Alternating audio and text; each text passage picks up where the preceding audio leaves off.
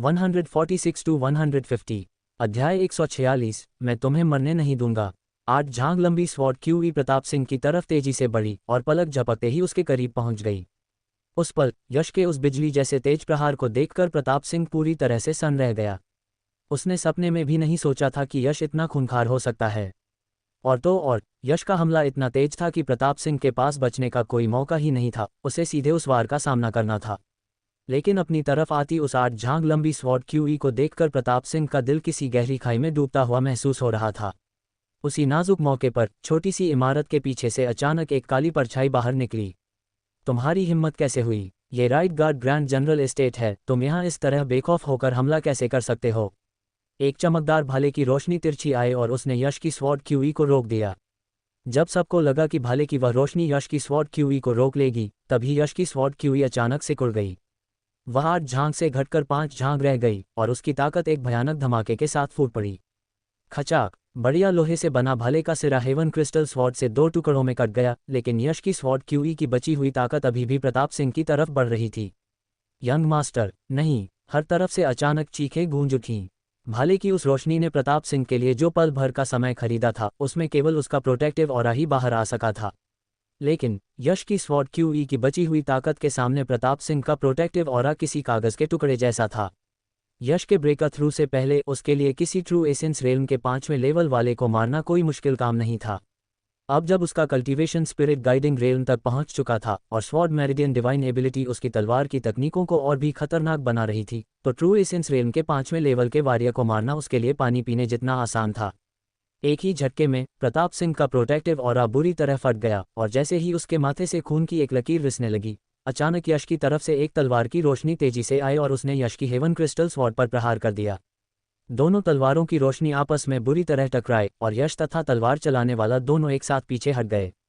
यह नज़ारा देखकर रियांश, श्रुति और रोहन के चेहरों का रंग उड़ गया, जो ठीक पीछे खड़े थे। यश सच में हर्ष का बराबरी से मुकाबला कर पा रहा था। सब जानते थे कि हर्ष हेवन रैंकिंग में 4थे स्थान पर था और उसके पास स्पिरिट गाइडिंग रेल्म के लेट स्टेज का एक बेहद ताकतवर कल्टीवेशन था। भले ही हर्ष ने जल्दबाजी में हमला किया था, लेकिन यश की तलवार का वार भी लगातार ताकतवर दुश्मनों को चीरते हुए आ रहा था। सीनियर ब्रदर हर्ष, आप मुझे क्यों रोक रहे हैं? यश की लंबी तलवार हिली और उसके कदम बदले, जिससे साफ लग रहा था कि वह दोबारा हमला करने के इरादे में है। हर्ष, जो यश का रास्ता रोके खड़ा था, अपनी तलवार के साथ आगे बढ़ा और एक बार फिर यश के सामने आकर तन गया। जूनियर ब्रदर यश, तुम कोई बहुत बड़ी मुसीबत मोल लेने जा रहे हो और मैं ऐसे ही खड़े होकर तमाशा नहीं देख सकता। Right guard grand general estate का ये तीसरा यंग मास्टर कोई ऐसा इंसान नहीं है जिसे तुम यूं ही आसानी से मार सको। उसी वक्त काले कपड़े पहने हुए एल्डर ने, जिसने अभी अभी अपना भाला चलाया था, प्रताप सिंह को चारों तरफ से घेर कर सुरक्षित कर लिया। प्रताप सिंह खुद इतना डरा हुआ था कि उसके मुंह से एक शब्द नहीं निकल रहा था, अभी अभी मौत को बिल्कुल करीब से छूकर जो लौटा था। सीनियर ब्रदर हर्ष, रास्ते से हट जाए। हर्ष का चेहरा अचानक सख्त हो गया। यश, मुझे इससे कोई फर्क नहीं पड़ता कि तुम भविष्य में क्या करना चाहते हो, लेकिन आज तुम ऐसा बिल्कुल नहीं कर सकते। अगर तुम किसी को मारना चाहते हो तो मारो, लेकिन हम मार्शल ब्रदर्स को अपनी मुसीबत में मत घसीटो। सीनियर ब्रदर यश, सीनियर ब्रदर हर्ष के रिश्तेदार शाही दरबार में बड़े अधिकारी हैं, रियांश ने साउंड ट्रांसमिशन का इस्तेमाल करते हुए कहा। दोनों को इस तरह अड़े हुए देखकर बाकी लोगों ने भी उन्हें समझाने की कोशिश शुरू कर दी, लेकिन श्रुति की एक बात ने तुरंत यश का गुस्सा शांत कर दिया। सीनियर ब्रदर यश, अगर तुम अभी प्रताप सिंह को मारने की जिद पर अड़े रहे, तो मुझे डर है कि उसकी मौत के बाद बदले की आग में इस बेचारी लड़की के पूरे परिवार को बेरहमी से मार दिया जाएगा। ये बात सच में हो सकती थी। पीछे मुड़कर यश ने उस लड़की को उठाया, जो आंसुओं में डूबी हुई पूरी तरह सदमे में थी। ये तो मानना पड़ेगा कि वह राघव या काव्यांजलि जितनी खूबसूरत नहीं थी, फिर भी वह काफ़ी प्यारी और मासूम लग रही थी। लड़की, जल्दी यहाँ से निकलो। सोने के नोटों के यह 1000 टैल रखो और अपने परिवार के साथ यहाँ से कहीं बहुत दूर चली जाओ। चूंकि वह प्रताप सिंह को अभी नहीं मार सकता था, इसलिए यश को इस परिवार के लिए सब कुछ ठीक से सेट करना पड़ा। धन्यवाद कहने के बाद लड़की सोने के नोट लेने से मना कर रही थी, लेकिन यश के बार बार समझाने पर उसने अपने आंसू पोंछे और सोने के नोट लेकर वहां से चली गई। उफ! यश ने एक लंबी सांस छोड़ी और अपनी तलवार का इशारा प्रताप सिंह की तरफ करते हुए कहा, प्रताप सिंह, आज मैं तुम्हारी जान बख्श रहा हूं। अगर तुमने भविष्य में फिर से कोई घटिया हरकत करने की जुर्रत की, तो मैं तुम्हें बिल्कुल नहीं छोड़ूंगा। प्रताप सिंह इस हद तक डर चुका था कि उसने एक आवाज़ भी नहीं निकाली। वह सच में अभी बुरी तरह खौफ में था। यह मिस्टिक क्लाउड सेक्ट से तुम्हारा बिल है। आज मैं खास तौर पर अपना कर्ज वसूलने आया हूँ। इसे जल्दी से चुका दो। कर्ज की पर्ची देखते ही प्रताप सिंह की नाक गुस्से से टेढ़ी हो गई। वह सोच रहा था कि आखिर चल क्या रहा है। यश सच में लोगों को लेकर राइट गार्ड जनरल एस्टेट में घुस आया था। उसे लगा था कि यश खास तौर पर उसके लिए कोई मुसीबत खड़ी करने आया है, लेकिन उसने यह नहीं सोचा था कि वह सिर्फ कर्ज वसूलने आया है। उसी पल उसका खोया हुआ आत्मविश्वास वापस आ गया। प्रताप सिंह ने अपनी नाक सिकुड़ते हुए कहा, पैसे नहीं हैं, सिर्फ मेरी जान है। अब उसे समझ आ गया था कि यश उसे नहीं मारेगा, इसलिए उसने सीधे एक बदमाश की तरह बर्ताव करना शुरू कर दिया। यश का चेहरा गुस्से से लाल हो गया। उसने अपनी लंबी तलवार घुमाई और चिल्लाया, क्या तुम सच में ऐसा चाहते हो?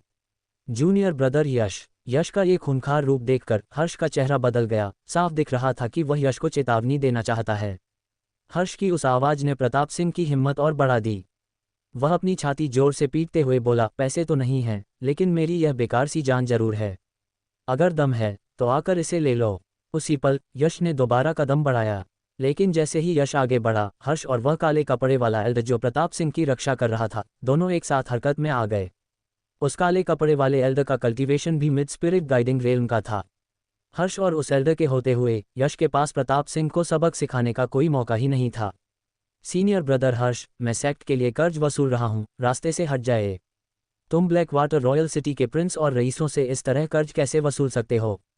ऐसा लग रहा था कि हर्ष ने ब्लैक वाटर रॉयल सिटी के प्रिंस और रईसों का ही साथ देने की पूरी कसम खा ली थी। हट जाए? कभी नहीं। यश की आंखें तुरंत सिकुड़ गईं और उसकी लंबी तलवार तिरछी घूम गई, जिसका सीधा निशाना दूर खड़े हर्ष की तरफ था। क्या जूनियर ब्रदर यश, तुम मेरी ताकत का इम्तिहान लेना चाहते हो? हर्ष के शरीर में एक तेज स्पिरिचुअल रोशनी दौड़ गई। उसका ऑरा एक भयानक विस्फोट के साथ बाहर आया और उसकी लड़ने की नीयत बिल्कुल खूंखार थी। यश की तलवार का रुतबा भी तेजी से बढ़ने लगा। जैसे ही उसका कोल्ड प्लम आर्टिस्टिक कॉन्सेप्ट जागा, भले ही आसमान में तेज धूप खिली थी, लेकिन एक जमा देने वाली ठंडक सीधे दिल के आर पार हो गई। Cold plum artistic concept. Junior brother Yash, सिर्फ इसके दम पर तुम मुझे नहीं हरा सकते, समझे? मैं भी यह कर सकता हूँ। हर्ष के शरीर से भी बिल्कुल वैसा ही कॉन्सेप्ट उठा, लेकिन हर्ष के कोल्ड प्लम आर्टिस्टिक कॉन्सेप्ट में थोड़ी ज़्यादा ठंडक थी और जिंदगी का एहसास थोड़ा कम था। यश वहीं खड़ा रहा। उसकी लंबी तलवार हल्की सी हिल रही थी, जो ऐसा एहसास दे रही थी जैसे कोई ठंडा बेर का पेड़ हवा में सीना ताने खड़ा हो। सीनियर ब्रदर हर्ष, मुझे माफ़ करना। जैसे ही हर्ष ने अपना cold plum artistic concept activate किया, यश ने तुरंत स्टार चेजिंग स्टेप्स का इस्तेमाल करते हुए तिरछा कदम बढ़ाया और हर्ष की तरफ अपनी बोन चिलिंग कोल्ड प्लम तकनीक से हमला कर दिया। Bone chilling cold plum. एक ठंडी सांस छोड़ते हुए हर्ष ने भी एक तिरछा कदम बढ़ाया और उसी बोन चिलिंग कोल्ड प्लम हमले के साथ यश का सामना किया। उनकी लंबी तलवारें एक साथ कांपीं। दोनों ने कोल्ड प्लम स्वॉर्ड आर्ट से अनगिनत तलवार की रोशनियां पैदा की, जो एक दूसरे की तरफ तेजी से झपकीं। अचानक हर्ष के चेहरे का रंग उड़ गया। रियांश, श्रुति और रोहन भी बुरी तरह हैरान थे। उसी बोन चिलिंग कोल्ड प्लम तकनीक के साथ यश ने सच में 13 कोल्ड प्लम स्वॉर्ड रोशनियों से हमला किया था, लेकिन हेवन रैंकिंग में चौथे नंबर पर बैठे हर्ष ने सिर्फ 12 रोशनियां ही निकाली थीं। एक कोल्ड प्लम स्वॉर्ड रोशनी के इस फर्क को कम मत समझना। एक रोशनी का फर्क कोल्ड प्लम स्वॉर्ड आर्ट के पीक और मेजर अचीवमेंट के बीच का फासला दिखाता है। 13 कोल्ड प्लम स्वॉर्ड रोशनियां, यह इस बात का सबूत था कि कोल्ड प्लम स्वॉर्ड आर्ट को उसके पीक तक कल्टीवेट कर लिया गया है। सीधे शब्दों में कहें तो कोल्ड प्लम स्वॉर्ड आर्ट में यश की काबिलियत हेवन रैंकिंग के चौथे नंबर वाले हर्ष से कहीं ज़्यादा गहरी थी। सीनियर ब्रदर हर्ष, आप हारने वाले हैं। हर्ष इस वक्त हैरान भी था और गुस्से में भी। उसने इस कोल्ड प्लम स्वॉर्ड आर्ट को कल्टीवेट करने में अपनी जिंदगी के पूरे 2 साल लगाए थे, जबकि यश को इनसेक्ट डिसाइपल बने अभी मुश्किल से 1 साल ही हुआ था। फिर भी आज यश की तलवारबाजी की तकनीक उससे कहीं ज़्यादा गहरी और खतरनाक थी। ऐसा जरूरी तो नहीं। एक ठंडी फुफकार के साथ हर्ष के चारों तरफ स्पिरिचुअल पावर पागलों की तरह उबलने लगी। उसकी 12 कोल्ड प्लम स्वॉर्ड रोशनियों का आकार अचानक 2 गुने से भी ज़्यादा बड़ा हो गया। हर्ष सच में अपने कल्टीवेशन के दम पर यश को कुचलने की कोशिश कर रहा था, लेकिन यश के चेहरे पर खौफ का कोई नामो निशान नहीं था। जैसे ही उसकी 13 कोल्ड प्लम स्वॉर्ड रोशनियां हर्ष की रोशनियों से टकराईं, उसने अपने खाली बाएं हाथ से एक स्वॉर्ड सील बनाई और अचानक वहां से एक 3 झांग लंबी ट्रू एसेंस स्वॉर्ड फिंगर गोली की रफ्तार से बाहर निकली। ट्रू एसेंस स्वॉर्ड फिंगर ने अपना रूप बदला और एक और बोन चिलिंग कोल्ड प्लम हर्ष की तरफ तेजी से झपटी। तलवार का यह अचानक और बिजली जैसा वार देखकर हर्ष बुरी तरह घबरा गया और तेजी से पीछे की तरफ हट गया। Little cat, row or. यश की एक खूंखार दहाड़ के बीच क्लाउड विंग टाइगर, जो अब तक किनारे पर इंतजार कर रहा था, उसने अपनी पसलियों पर लगे क्लाउड विंग्स फैलाए और एक भयानक झपट्टा मार दिया। सीनियर ब्रदर यश, नहीं। ये सोचकर कि यश हर्ष के साथ आर पार की लड़ाई लड़ने वाला है, रियांश अचानक घबराहट में चिल्ला पड़ा। लेकिन अगले ही पल रियांश और बाकी सब की चीखें उनके गले में ही अटक गईं, क्योंकि उस क्लाउड विंग टाइगर का निशाना वो काले कपड़े वाला एल्डर था जो प्रताप सिंह की ढाल बना हुआ था। भला मिड स्पिरिट गाइडिंग रेल्म का कोई वारियर किसी अर्थ रैंक लो ग्रेड याओ बीस्ट के भयानक झपटे को कैसे रोक सकता था।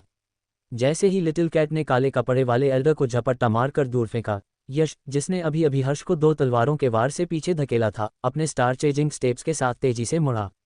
और अगले ही पल वो बेहद रहस्यमयी तरीके से प्रताप सिंह के ठीक पीछे खड़ा था, जो अब भी खुद पर गुरूर कर रहा था। इससे पहले कि प्रताप सिंह कुछ समझ पाता, यश ने तुरंत उसकी कमजोर नसों को जकड़ लिया और पलक झपकते ही 36 उंगलियों से ताबड़तोड़ वार कर दिया। यश ने वास्तव में spirit snack pulse intercepting hand का इस्तेमाल किया था, जिसने सीधे तौर पर प्रताप सिंह का पूरा कल्टीवेशन सील कर दिया। ये खौफनाक मंजर देखकर रियांश, श्रुति और रोहन की आंखें फटी की फटी रह गईं। खासकर रियांश, जिसे इस वक्त यश के सामने खुद के वजूद पर ही शर्म आ रही थी। यश के सामने वो, जो खुद को एक सेक्ट जीनियस मानता था, सच में कुछ भी नहीं था। यश, तुम ये क्या कर रहे हो? तुम उसे नहीं मार सकते। हर्ष, जिसे यश ने पीछे हटने पर मजबूर कर दिया था, गुस्से से फुफकारते हुए दहाड़ा। यश ने बस लापरवाही से प्रताप सिंह को झकझोरा, जिसकी गर्दन उसकी मजबूत पकड़ में थी, और हर्ष को पीछे धकेल दिया। सीनियर ब्रदर हर्ष, चिल्लाए मत। अगर आप चिल्लाए और मेरा हाथ कांप गया और गलती से प्रताप सिंह की गर्दन टूट गई तो क्या होगा? प्रताप सिंह, अब बताओ, तुम्हें पैसे चाहिए या अपनी जान? यश ने कड़कती आवाज में पूछा। इस वक्त प्रताप सिंह, जिसका चेहरा खौफ से सफ़ेद पड़ चुका था, उसकी आंखों में एक अजीब सी तसल्ली थी। यश, तुम मुझे अभी बिल्कुल नहीं मारोगे। अगर तुम्हें मुझे मारना ही होता तो तुम उसी पल मुझे खत्म कर चुके होते। मेरा जवाब अब भी वही है, पैसे नहीं हैं, सिर्फ मेरी जान है। प्रताप सिंह बिल्कुल सही कह रहा था, यश सच में उसे अभी नहीं मारेगा। भले ही यश को खुद right guard grand general estate के बदले की आग से कोई डर नहीं था, लेकिन उसे श्रुति, रोहन और बाकी सबके बारे में सोचना था। लेकिन इसका मतलब ये बिल्कुल नहीं था कि यश के पास प्रताप सिंह को सबक सिखाने का कोई रास्ता नहीं था। तुम सही कह रहे हो, मैं सच में तुम्हें नहीं मारूंगा। यश ने प्रताप सिंह को देखकर एक खौफनाक मुस्कान दी, लेकिन मैं तुम्हारे साथ ऐसा खेल खेलूंगा कि तुम मौत की भीख मांगोगे। ये कहते हुए यश प्रताप सिंह को घसीटता हुआ कोर्टयार्ड के दरवाजे तक ले गया, एक मजबूत गांठ बांधी और प्रताप सिंह के चारों हाथ पैर बांधकर उसे एक मरे हुए सुअर की तरह गेट के टावर पर उल्टा लटका दिया। तलवार की रोशनी के एक ही झटके में प्रताप सिंह के कपड़े पल भर में फटकर नीचे गिर गए और वह तुरंत एक नंगे सुअर की तरह झूलने लगा। ये देखकर श्रुति ने शर्म से अपना सिर दूसरी तरफ घुमा लिया। यश, तुम ये क्या कर रहे हो? मैं तुम्हें बता रहा हूँ, मुझसे पंगा मत लो। मैं राइट गार्ड ग्रैंड जनरल का इकलौता बेटा हूँ। यहाँ तक आते आते प्रताप सिंह की रूह कांपने लगी थी। अब तुम्हें डर लग रहा है? यश ने एक खौफनाक मुस्कान दी और लापरवाही से हाथ हिलाते हुए लिटिल कैट को बुलाया, जिसने अभी अभी एक ही झपटे में उस काले कपड़े वाले एल्डर को बुरी तरह घायल कर दिया था। लिटिल कैट, इधर आओ और इस बेवकूफ़ के पिछवाड़े को 2 बार चाट लो। यंग मास्टर प्रताप, मैं आपको एक बात बताना भूल गया था, क्लाउड विंग टाइगर की जीभ पर नुकीले कांटे होते हैं। इसकी एक चाट से स्वैश, ये बिल्कुल लोहे के ब्रश से रगड़े जाने जैसा है, जो एक ही झटके में खून और मांस की एक पूरी परत उधेड़ कर रख देता है। हे, अगर गलती से कुछ और भी उखड़ गया तो बाद में मत कहना कि मैंने तुम्हें चेतावनी नहीं दी थी। चलो लिटिल कैट, शुरू हो जाओ, यश ने दहाड़ते हुए कहा।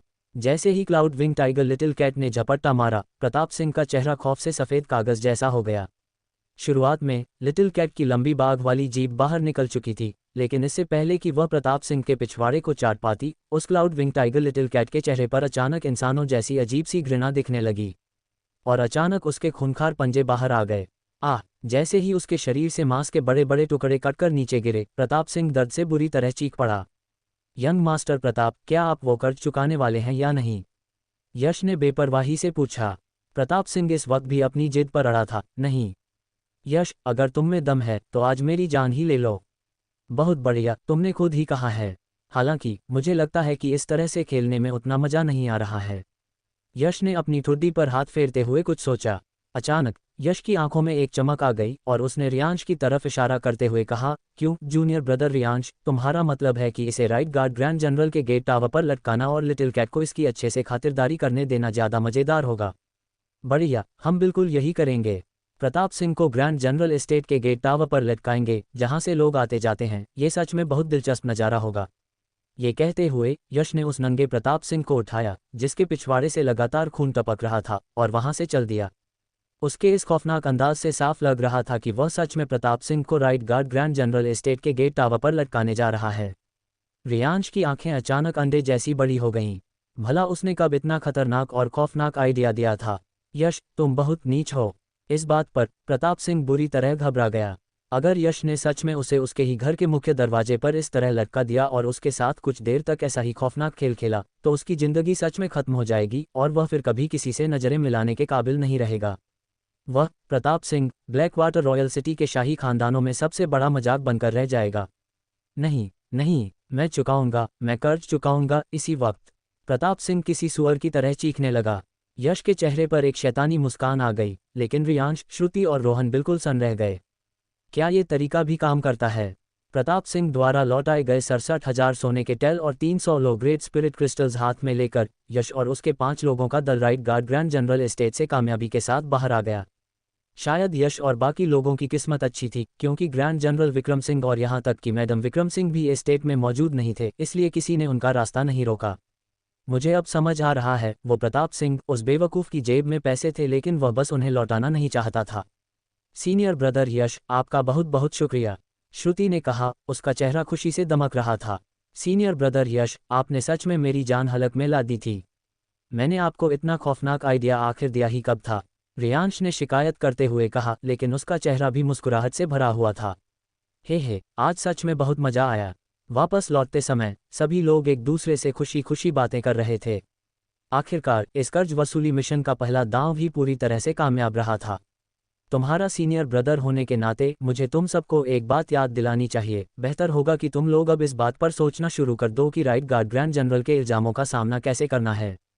हर्ष, जो पूरे रास्ते एक खौफनाक चेहरे के साथ खामोश चल रहा था, अचानक बोल पड़ा, जल्दी देखो, पीछे से कोई हमारा पीछा कर रहा है। तेज नज़र वाली श्रुति अचानक चिल्ला उठी। उस लंबी सड़क के आखिर में एक गुस्से में पागल शाही महिला सैनिकों और गार्डों की एक पूरी फौज लेकर यश और बाकी लोगों का तेजी से पीछा कर रही थी। यश, देखो तुमने कैसी आफत मोल ले ली है। आज तुम इस मुसीबत से कैसे निपटने का इरादा रखते हो? हर्ष, जिसे आज यश ने पूरी तरह से जलील कर दिया था, बिना किसी झिझक के बोल पड़ा। साफ दिख रहा था कि वह यश को बेवकूफ़ बनते हुए देखना चाहता था। चलो, डोजो के अंदर चलते हैं। यश ने बेपरवाही से हाथ हिलाया और उन तीनों को तेजी से ब्लैक वाटर डोजो की तरफ ले गया। उसे अपने पीछे आ रही उस फौज की कोई फिक्र नहीं थी। दरअसल एल्डर भार्गव ने पहले ही इस बारे में बता दिया था, वह छोटी मोटी बातों में दखल नहीं दे सकते थे, इसलिए उन्होंने ये सब उन पर छोड़ दिया था। अब जब उन्होंने छोटों को सबक सिखा दिया था और बड़ों से पंगा ले लिया था, तो बड़ों को संभालने की जिम्मेदारी एल्डर भार्गव की थी। इस वक्त ब्लैक वाटर डोजो के अंदर एल्डर भार्गव बहुत ही अदब के साथ एक खास मेहमान की खातिरदारी कर रहे थे। ये खास मेहमान कोई और नहीं बल्कि ब्लैक वाटर पिलकिंग था, जिसके बारे में कहा जाता था कि उसके एक बार पैर पटकने से पूरा ब्लैक वाटर रॉयल सिटी कांप उठता है। और कोई चारा भी नहीं था, ब्लैक वाटर पिलकिंग का दबदबा ही इतना खौफनाक था। कभी कभी मिस्टिक क्लाउड सेक्ट को भी संभल कर चलना पड़ता था, वरना जब सेक्ट के एल्डर्स को कुछ एडवांस पिल्स की जरूरत होती तो उनके लिए बहुत मुश्किल हो जाती। आप यश को ढूंढ रहे हैं? क्या इत्तेफाक है, वह कुछ काम निपटाने के लिए बाहर गया है। वह कब लौटेगा ये कहना मुश्किल है। क्यों न ऐसा करें, जब वह वापस आ जाएगा तो मैं उसे आपसे मिलने भेज दूंगा। ब्लैक वाटर पिलकिंग के यहाँ आने की वजह सुनकर एल्डर भार्गव भी सन्न रह गए थे। न जाने कितने सालों से वॉरियर्स ब्लैक वाटर पिलकिंग से मिलने के लिए तरसते थे। ब्लैक वाटर पिलकिंग ने आज तक कभी खुद से किसी वॉरियर को ढूंढने की जहमत नहीं उठाई थी। ब्लैक वाटर पिलकिंग ने एक भावहीन चेहरे के साथ बेपरवाही से हाथ हिलाते हुए कहा, कोई ज़रूरत नहीं, मैं बस यहीं उसका इंतजार करूंगा। ओह, एल्डर भार्गव के मुंह से एक लंबी ओह निकली, लेकिन वह अपनी हैरानी को छिपा नहीं पा रहे थे। क्या ब्लैक वाटर पिलकिंग सच में यश के लिए इंतजार करने जितना नीचे गिरने वाले थे? आखिर यश के अंदर ऐसी कौन सी खूबी और काबिलियत थी जो उसे ब्लैक वाटर पिलकिंग के सामने इतना बड़ा रुतबा दिला रही थी? फूकिंग, जो ब्लैक वाटर पिलकिंग का सबसे खास डिसाइपल था और उनके बगल में खड़ा था, उसे और भी ज़्यादा बेइज्जती महसूस हो रही थी। वह आज अपने मास्टर की तरफ से यहाँ आना चाहता था, लेकिन ब्लैक वाटर पिलकिंग ने कहा कि यह बहुत ही अहम मामला है और उन्होंने खुद आने की जिद की। और भला वह खुद क्यों ना आते, जब बात ब्लैक वाटर पिलकिंग की पिल बनाने की कला को और बेहतर करने की हो। अगर उन्होंने ये कदम उठा लिया तो भविष्य में वह एक सच्चे पिलकिंग बनने से बस एक कदम की दूरी पर होंगे। अचानक तेजी से कदमों की आवाज़ गूंजी, जिससे पता चल गया कि यश और उसका दल वापस आ चुका है। जैसे ही ब्लैक वाटर पिलकिंग ने सिर घुमाया, उनकी नज़र यश पर पड़ी और उनके चेहरे की लकीरें अचानक से शांत हो गईं। दूसरी तरफ रियांश, श्रुति और रोहन एल्डर भार्गव के बगल में खड़े ब्लैक वाटर पिल्किंग को देखकर थोड़े हैरान रह गए। इसकी कोई और वजह नहीं थी, बस वे उन्हें पहचानते नहीं थे क्योंकि ब्लैक वाटर पिल्किंग आमतौर पर दुनिया से कटकर एकांत में रहते थे। लेकिन हर्ष की बात अलग थी। उसे एक बार अपने परिवार वालों की पहचान के जरिए ब्लैक वाटर पिल्किंग से मिलने का सौभाग्य मिल चुका था। आज ब्लैक वाटर पिल्किंग को दोबारा देखकर वह खुशी से पागल हो गया और चापलूसी करने की उम्मीद में तेजी से उनका अभिवादन करने आगे बढ़ा। हर्ष, मिस्टिक क्लाउड सेक्ट का डिसाइपल, ब्लैक वाटर पिल्किंग का अभिवादन करता है। ब्लैक वाटर पिल्किंग ने हर्ष की तरफ तिरछी नज़र से देखा जो उनका अभिवादन करने आगे आया था, और लापरवाही से एक आवाज़ निकाली जिसे एक तरह का जवाब माना जा सकता था। फिर ब्लैक वाटर पिल्किंग ने यश को इशारा करते हुए बुलाया, यश, तुम आखिरकार आ ही गए।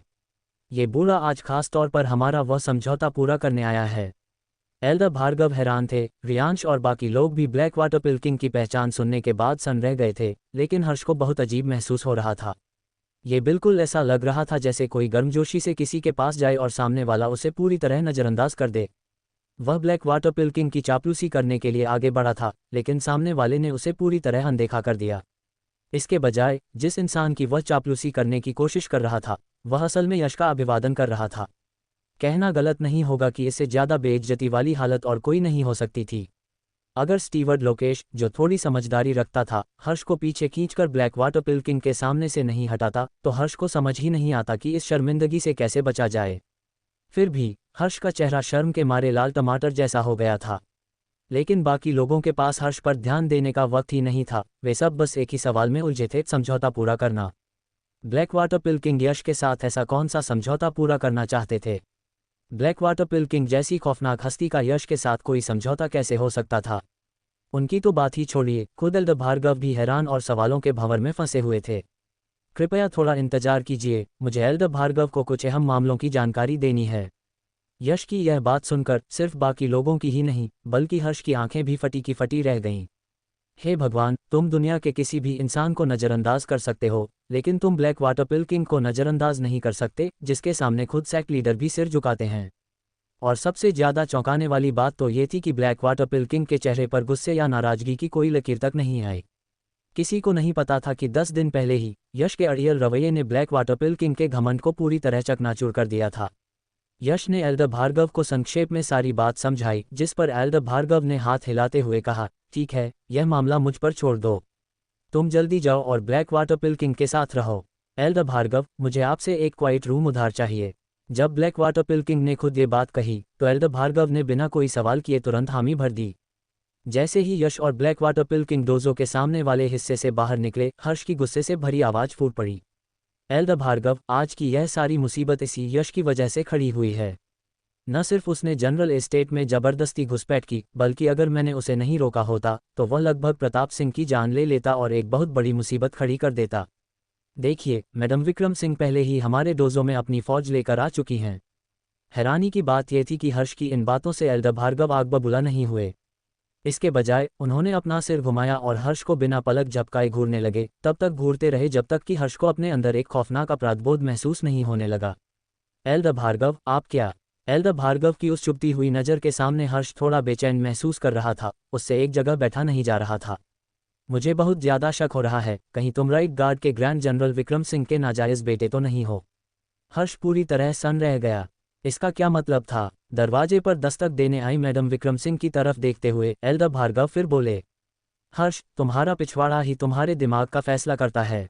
मुझे ऐसा क्यों लग रहा है कि तुम्हारा पिछवाड़ा गलत कुर्सी पर बैठा है? मिस्टिक क्लाउड सेक्ट के एक बेहतरीन इनर सेक्ट डिसाइपल के तौर पर मुझे इस बात से कोई इतराज नहीं है कि तुम अपने परिवार के बारे में सोचो, लेकिन हर हाल में सेक्ट के फायदे सबसे ऊपर होने चाहिए। जब सेक्ट मजबूत होगा तभी तुम सिर उठाकर चल सकोगे, उन तमाम सुख सुविधाओं का मजा ले सकोगे जो तुम्हें अभी मिल रही हैं, और तभी तुम्हारा परिवार भी बहुत सारे अनकहे फायदों का मजा ले सकेगा। लेकिन अगर तुम्हारा पिछवाड़ा गलत जगह पर बैठा है, जैसे कि किसी दीवार पर जो दोनों तरफ से फ़ायदा उठाना चाहता है, तो याद रखना तुम बहुत बहुत बुरी तरह गिरोगे। ये सुनते ही हर्ष के चेहरे का रंग बुरी तरह उड़ गया और रियांश और बाकी सबके चेहरे गंभीर हो गए। एल्डर भार्गव ने घुमा फिराकर हर्ष को एक दलबदलू और धोखेबाज कह दिया था। मैडम विक्रम सिंह, आज यहाँ आपका आना कैसे हुआ? ओ भार्गव, उस यश को मेरे हवाले कर दो, मुझे मजबूर मत करो कि मैं ग्रैंड जनरल को एस्टेट वापस बुलाऊं। मैडम विक्रम सिंह बिना कोई बात घुमाए सीधे मुद्दे पर आ गईं। उनका चेहरा गुस्से से तमतमा रहा था। कर्ज चुकाना तो हर किसी का फर्ज है, मैं किसी को तुम्हारे हवाले क्यों करूं? ठीक है, अगर ग्रैंड जनरल एस्टेट वापस आ जाते हैं तो मैं भी सेक्ट को खबर भेज दूंगा और ग्रैंड एल्डर सोमनाथ को शाही महल का एक चक्कर लगाने का न्योता दूंगा। एल्डर भार्गव बिना किसी खौफ के पूरी बेबाकी से बोले। मैडम विक्रम सिंह, जो अभी तक शेरनी की तरह दहाड़ रही थी, उनके चेहरे पर अचानक एक अजीब सी खौफ और सावधानी की लकीर उभर आए। ओ भार्गव, तुम आखिर क्या करने की कोशिश कर रहे हो? ज्यादा कुछ नहीं, मैंने बस सुना है कि राइट गार्ड ग्रैंड जनरल का यंग मास्टर पूरी तरह से एक गिरा हुआ इंसान है जो अपना कर्ज भी नहीं चुकाता। जैसा कि कहावत है, बाप नंबरी तो बेटा 10 नंबरी। अगर पेन एस्टेट का यंग मास्टर इतना लालची और घटिया है तो क्या उसके बाप में भी कोई खोट हो सकता है? हे, बस एक अंदाजा है, सिर्फ एक सुझाव है।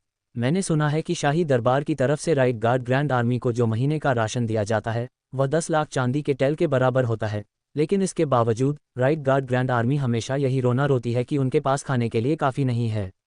मुझे लगता है शायद हमारे मिस्टिक क्लाउड सेक्ट के ग्रैंड एल्डर सोमनाथ को राइट गार्ड ग्रैंड आर्मी की इस भूखमरी वाली समस्या पर थोड़ा ध्यान देना चाहिए, जो शाही राजधानी की रक्षा करती है लेकिन खुद पेट भर खाना नहीं खा पाती।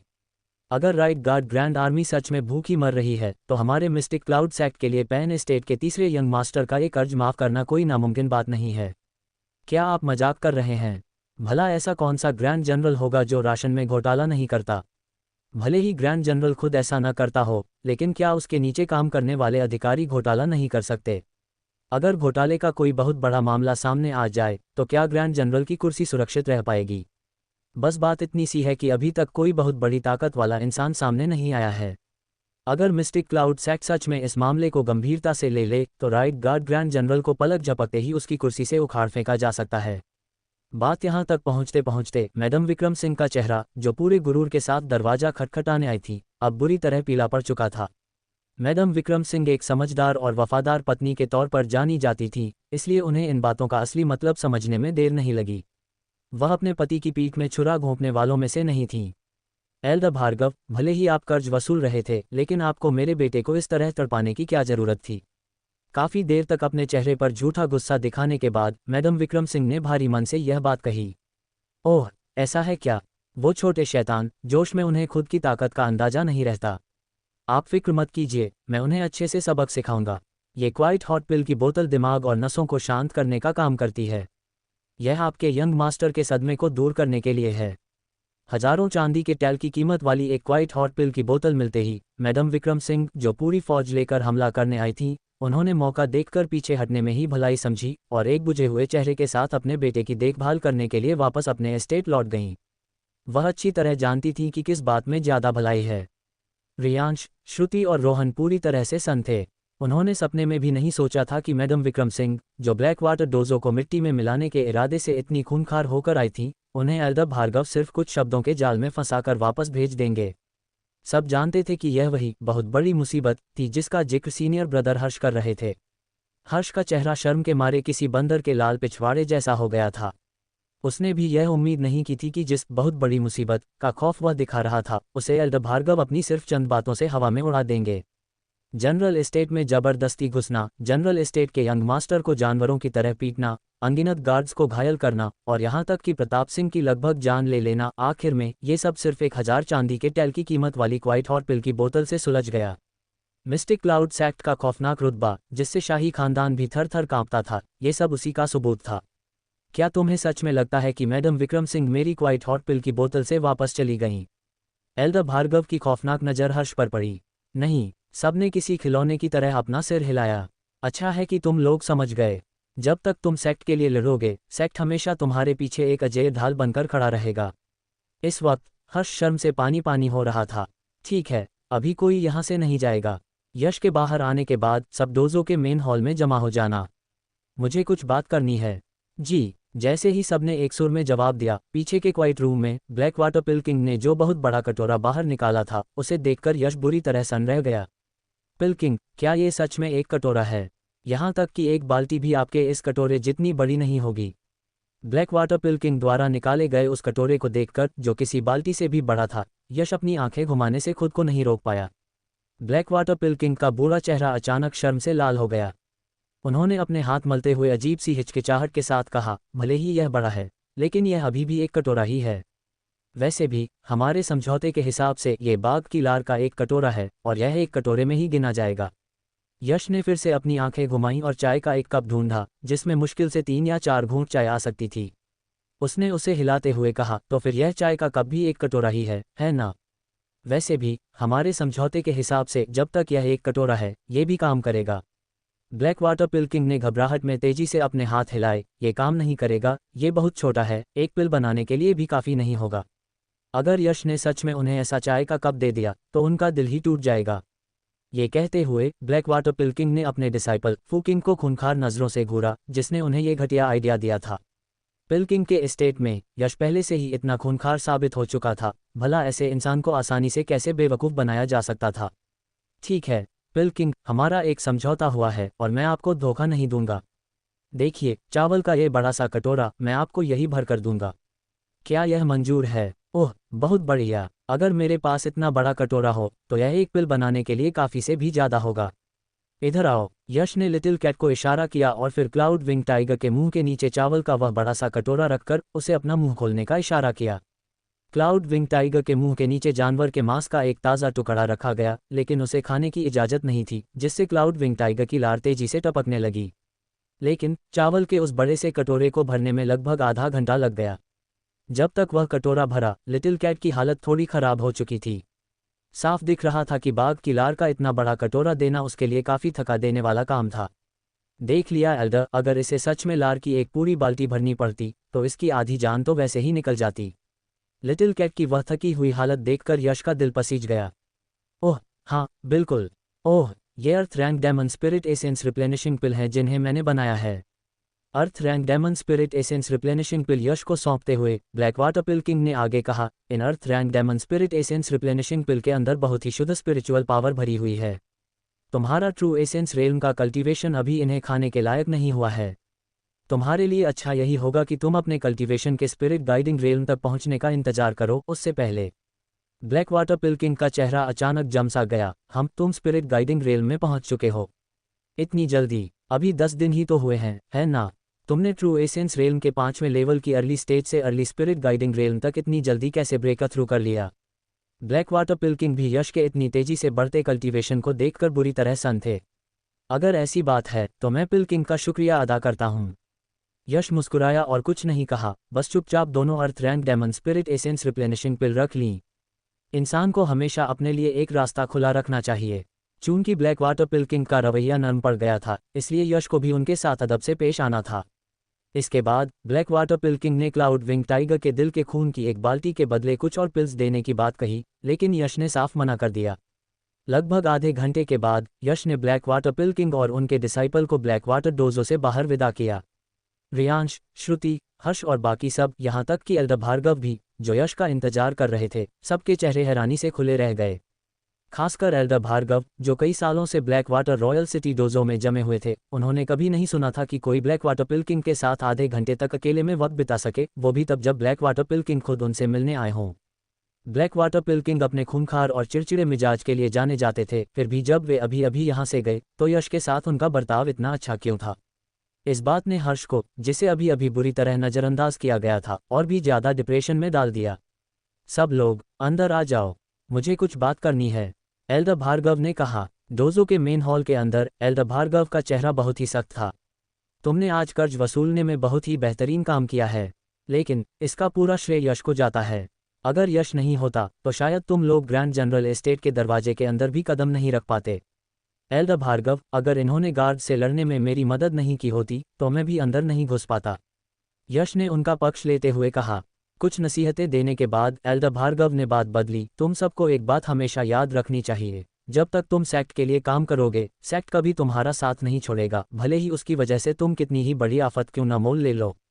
जहां तक तुमने आज जिस बहुत बड़ी आफत का जिक्र किया है, वह तो कुछ भी नहीं है। ये कहते हुए एल्डर भार्गव ने एक सीक्रेट मैनुअल निकाला और यश के हाथ में थमा दिया। यश, तुम्हारा कल्टीवेशन अब स्पिरिट गाइडिंग रेल्म तक पहुंच चुका है और तुम अब हवा में उड़ने के काबिल हो। यह अर्थ रैंक लो ग्रेड की उड़ने वाली secret manual ashing wind shadow evasion art मैं सेक्ट की तरफ से तुम्हें इनाम के तौर पर सौंपता हूँ। एक अर्थ रैंक लो ग्रेड उड़ने वाली सीक्रेट मैनुअल। यश पल भर के लिए सन्न रह गया और रियांश, हर्ष और बाकी सबकी आंखें पलक झपकते ही लाल हो गईं। Earth rank low grade secret manual बेहद अनमोल होते हैं। मिस्टिक क्लाउड सेक्ट के अंदर earth rank low grade secret manual scripture depository pavilion की 5वीं मंजिल पर रखे जाते हैं, और केवल वे ट्रू डिसाइपल जिनका कल्टीवेशन स्पिरिट ट्रांसफॉर्मेशन रेल्म तक पहुंच चुका है, वे ही स्क्रिप्चर डिपॉजिटरी पवेलियन की 5वीं मंजिल पर कदम रखने के हकदार होते हैं। रियांश और हर्ष जैसे लोगों के लिए भले ही उनका कल्टीवेशन बहुत पहले ही स्पिरिट गाइडिंग रेल्म तक पहुंच चुका था, मिसाल के तौर पर हर्ष लगभग 1 साल पहले ही लेट स्पिरिट गाइडिंग रेल्म तक पहुंच चुका था, लेकिन उसके पास एक भी earth rank low grade secret manual नहीं था। उड़ने वाले earth rank low grade secret manual की तो बात ही छोड़ दीजिए। हवा में उड़ने के लिए वह अभी भी जिस कल्टीवेशन तकनीक का इस्तेमाल करता था, वह human rank high grade cultivation तकनीक थी। इसकी रफ्तार भले ही तकनीकी तौर पर उड़ने वाली थी, लेकिन बहुत ज़्यादा तेज नहीं थी। आपका बहुत बहुत शुक्रिया एल्डर भार्गव। यश भी इस इनाम से काफ़ी हैरान था और जाहिर सी बात है बहुत खुश भी था। भले ही यश पहले से ही एक ट्रू डिसाइपल जैसी सुख सुविधाओं का मजा ले रहा था और सीक्रेट मैनुअल चुनने के लिए स्क्रिप्चर डिपॉजिटरी पवेलियन की 5वीं मंजिल पर जा सकता था, लेकिन एक earth rank low grade secret manual की कीमत आमतौर पर 70 से 80 हज़ार सैक कॉन्ट्रीब्यूशन पॉइंट्स होती थी। थोड़े बेहतर earth rank low grade secret manual की शुरुआत ही 1 लाख सैक कॉन्ट्रीब्यूशन पॉइंट से होती थी। सीधे शब्दों में कहें तो एल्डर भार्गव ने यश को जो earth rank low grade ashing wind shadow evasion art इनाम में दी थी, उसकी कीमत 10 लाख चांदी के टेल तक थी, और यह मिस्टिक क्लाउड सेक्ट के अंदर की कीमत थी। ये सोचते ही यश को तुरंत लगने लगा कि उसका जनरल एस्टेट में जबरदस्ती घुसने का वह कदम पूरी तरह से सही था, बहुत ही सही था। उसने न सिर्फ प्रताप सिंह को बुरी तरह सजा देकर अपना गुस्सा शांत किया, बल्कि इतना बड़ा इनाम भी हासिल कर लिया। ये सच में बहुत ही शानदार था। हे, तुम इसी के हकदार हो। ये कहते हुए एल्डर भार्गव ने लापरवाही से एक छोटी सी किताब निकाली और यश की तरफ उछाल दी। लो, इसे भी रख लो। यह एक छोटी सी किताब है जो मुझे सालों पहले जियांगहू में घूमते और साउदर्न बारबेरियन स्पिरिट मास्टर्स का शिकार करते वक्त मिली थी। मुझे लगा ये कोई बहुत बड़ा खजाना है, लेकिन किसी ने इसे भाव तक नहीं दिया। मैं खुद इसका इस्तेमाल नहीं कर सकता था और मैं इसे ज़्यादा कीमत पर बेच भी नहीं सकता था। यह 1 दशक से भी ज़्यादा समय से यूं ही पड़ी थी। अब यह सस्ते में तुम्हारी हो गई। कियान-कुन रूई सीक्रेट आर्ट। यश ने थोड़ी उलझन के साथ सीक्रेट मैनुअल का टाइटल देखा, लेकिन जब उसने उस छोटी सी किताब में लिखी बातों को कुछ देर तक पलटा तो उसके चेहरे पर एक भयानक खुशी छा गई। ये सच में डूबते को तिनके का सहारा मिलने जैसा था। ये कियान-कुन रूई सीक्रेट आर्ट सच में बहुत ही काम की थी, या यूं कहें लिटिल कैट के लिए बिल्कुल परफेक्ट थी। यह बातें सुनते ही रियांश, हर्ष, श्रुति और रोहन के चेहरों का रंग तुरंत उड़ गया। वे सभी एल्डर भार्गव की तरफ एक उम्मीद भरी नज़रों से देखने लगे, खासकर हर्ष जिसकी आंखें लाल हो चुकी थीं। यश को एक earth rank low grade secret manual और एक सीक्रेट आर्ट देना, क्या यह इनाम कुछ ज़्यादा ही बड़ा नहीं था? लेकिन वे इंतजार करते रहे और करते रहे, यहाँ तक कि एल्डर भार्गव उठकर जाने वाले थे, पर उन्हें कोई भी इनाम देने की कोई बात तक नहीं हुई। एल्डर भार्गव, क्या आप कुछ ज़्यादा ही भेदभाव नहीं कर रहे हैं? यश को इतना सब कुछ मिल गया, लेकिन हमें कुछ भी नहीं मिला। हर्ष, जो earth rank low grade secret manual के लिए तड़प रहा था, आखिरकार खुद को रोक नहीं पाया। मैं भेदभाव कर रहा हूँ। जाओ, तुम अभी निकलो। तुम्हें ज़्यादा कुछ नहीं करना है, बस इस लिस्ट में से किसी एक प्रिंस और रईस से कर्ज वसूल कर लाओ और मैं तुम्हें तुरंत एक earth rank low grade secret manual इनाम में दे दूंगा। गुस्से से आग बबूला एल्डर भार्गव ने सीधे कर्ज वसूली की वह लिस्ट हर्ष के हाथों में थमा दी। Harsh earth rank low grade secret manual के लिए तड़प जरूर रहा था, लेकिन उसमें इस लिस्ट को कबूल करने की हिम्मत बिल्कुल नहीं थी। उसके अंदर इतना जिगरा ही नहीं था कि वह यश की तरह किसी प्रिंस और रईस के महल में जबरदस्ती घुस जाए, हंगामा खड़ा करे और अपने कर्ज की वसूली करे। इसकी कोई और वजह नहीं थी। वह 1000 तरह की बातों के बारे में सोचता था। क्या हुआ, तुम में हिम्मत नहीं है ना? अगर हिम्मत नहीं है तो अपना मुंह बंद रखो, एल्डर भार्गव ने बिना किसी लिहाज के कहा। उन्हें सच में ऐसे बुजदिल इंसान से सख्त नफरत थी। अगर हर्ष ने अभी थोड़ी सी भी हिम्मत दिखाई होती और वह लिस्ट ले ली होती, तो भले ही वह बहुत बड़ा हंगामा खड़ा कर देता, वह उसे बचा लेते। लेकिन हर्ष के अंदर इतनी हिम्मत ही नहीं थी। ठीक है, मैं इसे लेता हूँ। एल्डर भार्गव से कई बार जलील होने के बाद, सबको हैरान करते हुए, हर्ष ने सच में आगे बढ़कर एल्डर भार्गव के हाथ से वह लिस्ट ले ली। ओह, यहाँ तक कि एल्डर भार्गव के चेहरे पर भी थोड़ी हैरानी दिखी, लेकिन हर्ष की अगली बात ने एल्डर भार्गव को गुस्से से फटने पर मजबूर कर दिया। एल्डर भार्गव, मुझे 3 दिन दीजिए, नहीं, मुझे 5 दिन का वक्त दीजिए। मैं पक्का उनमें से किसी एक का कर्ज वसूल कर लाऊंगा। ये सुनते ही रियांश ने भी अजीब सी शर्मिंदगी के साथ अपना चेहरा घुमा लिया। इस सीनियर ब्रदर हर्ष की बेशर्मी सच में बहुत खौफनाक थी। यश के चेहरे पर भी एक फीकी सी मुस्कान आ गई। एल्डर भार्गव की थूक लगभग हर्ष के चेहरे पर जा गिरी। अभी भी 5 दिन चाहिए? तुम्हें 5 दिन की कोई ज़रूरत नहीं है। आज से 3 दिन बाद मैं श्रुति को इस लिस्ट में से कोई एक नाम चुनने को कहूँगा। श्रुति को दरवाजे के अंदर कदम रखने की भी जरूरत नहीं पड़ेगी और वह सारा कर्ज वसूल कर लाएगी।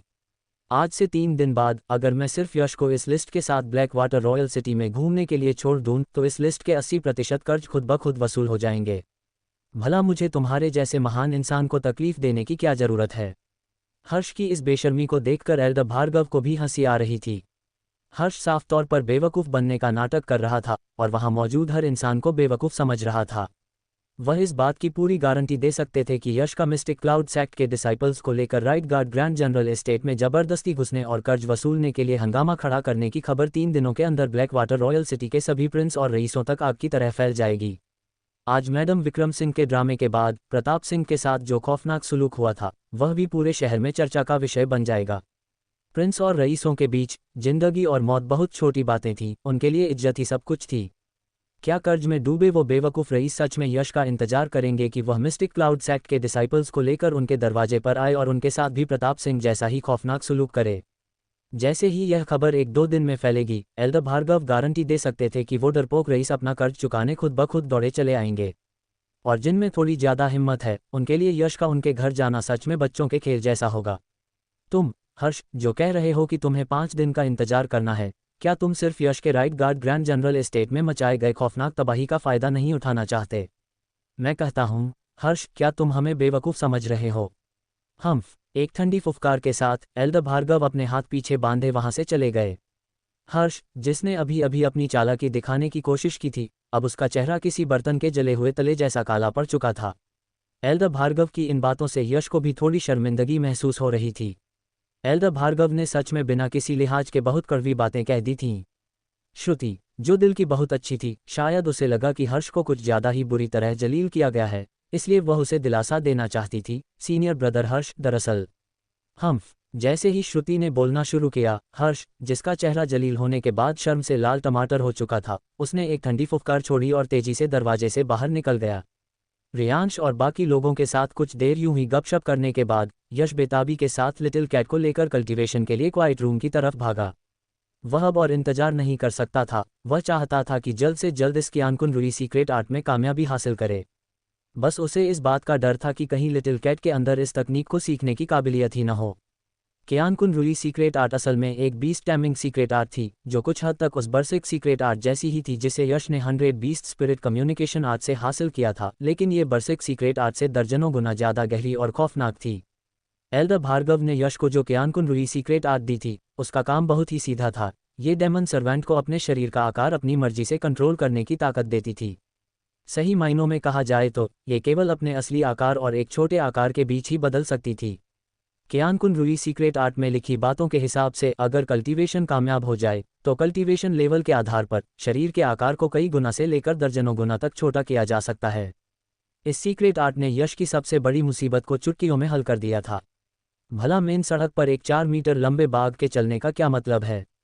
अगर आम लोग उसे देख लें तो वे तुरंत खौफ से पत्थर बन जाएंगे और उसकी एक ही सूंघ से उनकी आंखें पलट जाएंगी और वे बेहोश होकर गिर पड़ेंगे। जिनका दिल कमज़ोर होगा वे तो डर के मारे ही मर जाएंगे। यहाँ तक कि आम वॉरियर्स भी डर कर भाग खड़े होंगे और उस शैतान को ख़त्म करने के लिए अपने दोस्तों को बुला लाएंगे। आज दिन में जब वह लिटिल कैट को लेकर कर्ज वसूलने के लिए पैन एस्टेट गया था तो उसे कई अनचाही मुसीबतों का सामना करना पड़ा था। अगर मिस्टिक क्लाउड सेक्ट के 5 डिसाइपल्स उसके साथ नहीं होते तो शायद उसने अनगिनत वॉरियर्स को खुद पर हमला करने के लिए न्योता दे दिया होता। दिन के वक्त यश इस मुसीबत से काफ़ी परेशान था। जब cloud wing tiger little cat बड़ा हो जाएगा तो वह जंगलों में तो ठीक रहेगा, लेकिन आम शहरों में उसे ले जाना एक बहुत बड़ी मुसीबत बन जाएगा। उसने सपने में भी नहीं सोचा था कि एल्डर भार्गव आज उसे लापरवाही से एक कियानकुन रुई सीक्रेट आर्ट इनाम में दे देंगे, जिससे उसकी यह बहुत बड़ी मुसीबत हल हो गई। हालांकि भले ही उसके पास सीक्रेट मैनुअल था, लेकिन इस कियानकुन रुई सीक्रेट आर्ट को कल्टीवेट करने की शर्तें बेहद खौफनाक थीं। इसे कल्टीवेट करने के लिए याओ बीस्ट के अंदर एक खास लेवल की समझदारी होना बहुत ज़रूरी था। आमतौर पर याओ बीस्ट का ग्रेड जितना ऊंचा होता है उसकी समझदारी भी उतनी ही ज़्यादा होती है और कल्टीवेशन के कामयाब होने की उम्मीद भी उतनी ही बढ़ जाती है। किसी हेवन रैंक याओ बीस्ट के कल्टीवेशन में कामयाब होने की उम्मीद 10 में से 1 होती है। एक अर्थ रैंक याओ बीस्ट के कल्टीवेशन में कामयाब होने की उम्मीद केवल 1% होती है। अर्थ रैंक इंटरमीडिएट के क्लाउड विंग टाइगर के लिए कामयाबी की उम्मीद ज़्यादा से ज़्यादा 3 से 4% ही होती है। लेकिन जहाँ चाह है वहाँ राह है। जब तक याओ बीस्ट के अंदर एक खास लेवल की समझदारी है और वह अपने मास्टर की मदद से जी जान लगाकर कल्टीवेट करता है तो कामयाबी की उम्मीद काफ़ी ज़्यादा होती है। याओ बीस्ट्स के लिए इस क्यानकुन रुई सीक्रेट आर्ट का कल्टीवेशन थोड़ा अलग है। इसके लिए वारियर को धीरे धीरे इस सीक्रेट आर्ट को उनके बीच मौजूद स्पिरिचुअल कनेक्शन के जरिए याओ बीस्ट के अंदर भेजना होता है। ये कदम काफ़ी मुश्किल और सिरदर्द वाला है। ठीक है लिटिल कैट, पहला कदम अपने शरीर के अंदर मौजूद स्पिरिट कोर को जगाओ। एक याओ बीस्ट के शरीर के अंदर मौजूद स्पिरिट कोर ही डेमन कोर की शुरुआत होती है। दूसरा कदम, अपने स्पिरिट कोर के अंदर मौजूद ताकत को 36 हिस्सों में बांटो और उन्हें अपने पूरे शरीर में दौड़ाओ। तीसरा कदम, 9वां कदम, चुपचाप उस मंत्र को पढ़ो और स्पिरिट कोर के जरिए अपने पूरे शरीर को सिकोड़ लो। पहली बार में तुम पक्का नाकामयाब होगे, लेकिन हिम्मत मत हारना। मैं तुम्हें एक काम देता हूँ, अब से तुम्हें दिन में कम से कम 5 बार इस तरीके की प्रैक्टिस करनी है। अचानक यश, जो अपनी आंखें बंद करके cloud wing tiger little cat के साथ बात कर रहा था, स्पिरिचुअल पावर की खौफनाक लहरों से चौंक कर जाग गया। जैसे ही उसने अपनी आंखें खोलीं, यश का मुंह तुरंत एक अनानास के आकार में खुल गया। यह कामयाब हो गया। पहली ही कोशिश में cloud wing tiger little cat को देखकर, जिसका आकार सीधे लगभग 4 मीटर से घटकर सिर्फ 2 मीटर से थोड़ा ही ज्यादा रह गया था, यश की हैरानी को शब्दों में बयान नहीं किया जा सकता था। सीक्रेट मैनुअल में लिखा था कि केवल स्पिरिट वानर और लोमड़ी जैसे कुछ पैदाइशी समझदार प्राइमेट याओ बीस्ट्स ही कल्टीवेशन की अपनी पहली कोशिश में कामयाब हो सकते हैं, बाकी याओ बीस्ट्स कभी कामयाब नहीं होंगे। लेकिन cloud wing tiger little cat अपनी पहली ही कोशिश में कामयाब हो गया था। समझदारी, क्या ऐसा हो सकता है? काफ़ी देर तक सोचने के बाद यश को लगा कि शायद इसका ताल्लुक लिटिल कैट के उस भारी मात्रा में स्टोन मैरो स्पिरिट लिक्विड पीने से है, जो डिवाइन सोल को एक खौफनाक ताकत दे सकता है, जिससे उसकी समझदारी बहुत ज़्यादा बढ़ गई होगी। जब से काव्यांजलि से भारी मात्रा में स्टोन मैरो स्पिरिट लिक्विड पिया था, तब से लिटिल कैट ने एक बहुत ही खौफनाक समझदारी दिखाई थी। इस वक्त इसकी वजह यही होनी चाहिए। ये सोचकर यश खुशी से पागल हो गया। एक जगह न बैठ पाने के कारण उसने फिर से लिटिल कैट को क्यानकुन रुई सीक्रेट आर्ट कल्टीवेट करने का रास्ता दिखाया। शरीर के आकार को आधा करना तो बस शुरुआत थी। एक दिन बाद cloud wing tiger little cat सच में एक छोटी सी बिल्ली बन गया। बदलो, यश की एक हल्की सी आवाज के साथ 4 मीटर लंबे क्लाउड विंग टाइगर के शरीर में स्पिरिचुअल पावर का बवंडर उठा और पलक झपकते ही उसका 4 मीटर लंबा शरीर सिकुड़कर मुश्किल से 1 फुट का रह गया। एक जिंदा, सफ़ेद और बेहद प्यारी सी बिल्ली। धीरे से हाथ हिलाते हुए cloud wing tiger little cat ने रूह कंपा देने वाली बाघ की दहाड़ मारी और हवा में उछलकर सीधे यश की बाहों में जा गिरा। बैंग! यश को ऐसा लगा जैसे कोई बहुत बड़ा पहाड़ उसकी बाहों में आ गिरा हो, जिसने उसे लगभग जमीन पर ही पटक दिया था। Cloud wing tiger little cat का आकार 4 या 5 गुना सिकुड़ गया था, लेकिन उसका लगभग 1000 पाउंड का वजन रत्ती भर भी कम नहीं हुआ था। वह पूरी तरह से एक जगह जमा हो गया था। ठीक है, अब से जब भी हम बाहर जाएंगे तुम इसी रूप में रहोगे। मैं तुम्हें बताऊंगा कि कब अपना असली रूप दिखाना है और तब तुम उसे दिखा सकते हो, यश ने आदेश दिया। लिटिल कैट ने बहुत ही गंभीरता से अपना सिर हिलाया और अपने शरीर की एक ही झटके के साथ पलक झपकते ही 1 फुट लंबी प्यारी सी बिल्ली एक खौफनाक क्लाउड विंग टाइगर में बदल गई, जिसकी लंबाई 4 मीटर थी। यश ने लिटिल कैट के साथ बात कर ली थी और वह अपने असली रूप में ही सबसे ज़्यादा आराम महसूस करता था। क्वाइट रूम के अंदर इससे कोई फर्क नहीं पड़ता था। यश तुरंत क्वाइट रूम से बाहर नहीं निकला। जैसा कि एल्डर भार्गव ने हुक्म दिया था, वह कर्ज वसूलने का काम कम से कम 2 या 3 दिन बाद शुरू करेगा। इन कुछ दिनों में वह ठीक से कल्टीवेट करना चाहता था। जमीन पर पालथी मारकर बैठे हुए पल भर के लिए अपने दिमाग को शांत करने के बाद यश ने वो दोनों earth rank demon spirit essence replenishing pill बाहर निकाली जो ब्लैक वाटर पिल किंग ने आज उसे दी थी। बिना किसी हिचकिचाहट के उसने सबसे पहले लो ग्रेड की earth rank demon spirit essence replenishing pill को रिफाइन करना शुरू किया। जैसे ही वह earth rank demon spirit essence replenishing pill उसके पेट में गई, स्पिरिचुअल पावर की खौफनाक लहरें समुद्र की लहरों की तरह उबलने लगीं। पूरी ताकत के साथ काम कर रही 1QE प्राइमोर्डियल यूनिटी आर्ट के जरिए स्पिरिचुअल पावर की लहरें तेजी से बदलकर उसके डेंटियन में जाने लगीं। स्पिरिचुअल पावर के उस खौफनाक दबाव में यश के शरीर के अंदर मौजूद ट्रू एसेंस किसी भट्टी में पिघलने जैसा हो गया। ट्रू एसेंस की 1 दर्जन से ज़्यादा बूंदों को बार बार रिफाइन किया गया, जो आखिरकार स्पिरिचुअल पावर के एक छोटे से हिस्से में बदल गईं। स्पिरिचुअल पावर और ट्रू एसेंस ताकत के बिल्कुल अलग अलग रूप हैं। अगर स्पिरिचुअल पावर रिफाइन किया हुआ फौलाद है तो ट्रू एसेंस लोहे का कबाड़ है। दोनों के बीच का फासला बहुत ज़्यादा खौफनाक है। और यश ने जिस स्पिरिचुअल पावर को कल्टीवेट किया था वह 100 बार रिफाइन किया हुआ फौलाद था और कुछ नहीं, बस मिराज ड्रैगन पल की उस पैदाइशी रिफाइन करने वाली ताकत ने यश की स्पिरिचुअल पावर को दूसरों के मुकाबले 3 गुना ज़्यादा शुद्ध बना दिया था। 2 दिन बाद जब यश ने earth rank intermediate demon spirit essence replenishing pill के अंदर मौजूद ज़्यादातर ताकत को रिफाइन कर लिया तो उसके शरीर के अंदर एक भयानक गड़गड़ाहट हुई। उसके डेंटियन में स्पिरिचुअल पावर की मात्रा आखिरकार आधी से ज़्यादा हो गई और स्पिरिचुअल पावर का पलड़ा भारी हो गया। यह इस बात का सबूत था कि यश का कल्टीवेशन स्पिरिट गाइडिंग की अर्ली स्टेज से टूटकर स्पिरिट गाइडिंग की मिड स्टेज में पहुंच चुका था और उसका आखिरी ब्रेक थ्रू सिर्फ 3 दिन पहले ही हुआ था। पिल की खौफनाक ताकत सबके सामने थी और ब्लैक वाटर किंगडम में ब्लैक वाटर पिल किंग के इतने ऊंचे रुतबे की भी अपनी वजहें थीं। यश का अंदाजा था कि अगर उसके पास 3 या 4 और earth rank intermediate demon spirit essence replenishing pill होती तो उसका cultivation spirit guiding early stage से लेकर लेट स्टेज तक और फिर स्पिरिट गाइडिंग पीक तक पूरी तरह से ब्रेक थ्रू कर सकता था। बदकिस्मती से अर्थ रैंक डेमन कोर बहुत ही दुर्लभ और बहुत ज़्यादा मांग वाले होते हैं। अगर किसी को एक मिल भी जाए तो उसे बहुत भारी कीमत पर खरीदा जाता है, इसलिए यश के लिए इतने कम समय में भारी मात्रा में डेमन स्पिरिट एसेंस रिप्लेनिशिंग पिल हासिल करना एक नामुमकिन बात थी। पिछले आधे महीने की तरह इतने कम समय में यश के कल्टीवेशन का दोबारा छलांग लगाना लगभग नामुमकिन था। उसने अपने कल्टीवेशन को पूरी तरह से मजबूत करने में एक और दिन लगा दिया। जब एल्डर भार्गव ने किसी को भेजकर उस पर दबाव डाला तभी यश उठा और क्वाइट रूम से बाहर निकलने की तैयारी करने लगा। लिटिल कैट बदलो। जैसे ही उसने दरवाजे के बाहर कदम रखा यश के मुंह से एक हल्की सी आवाज निकली। क्लाउड विंग टाइगर, जो कुछ ही दिनों में आधा फुट और बढ़ गया था, पलक झपकते ही सिकुड़ गया और लगभग 1 फुट लंबी प्यारी सी बिल्ली में बदल गया जो यश के पीछे पीछे दौड़ने लगी।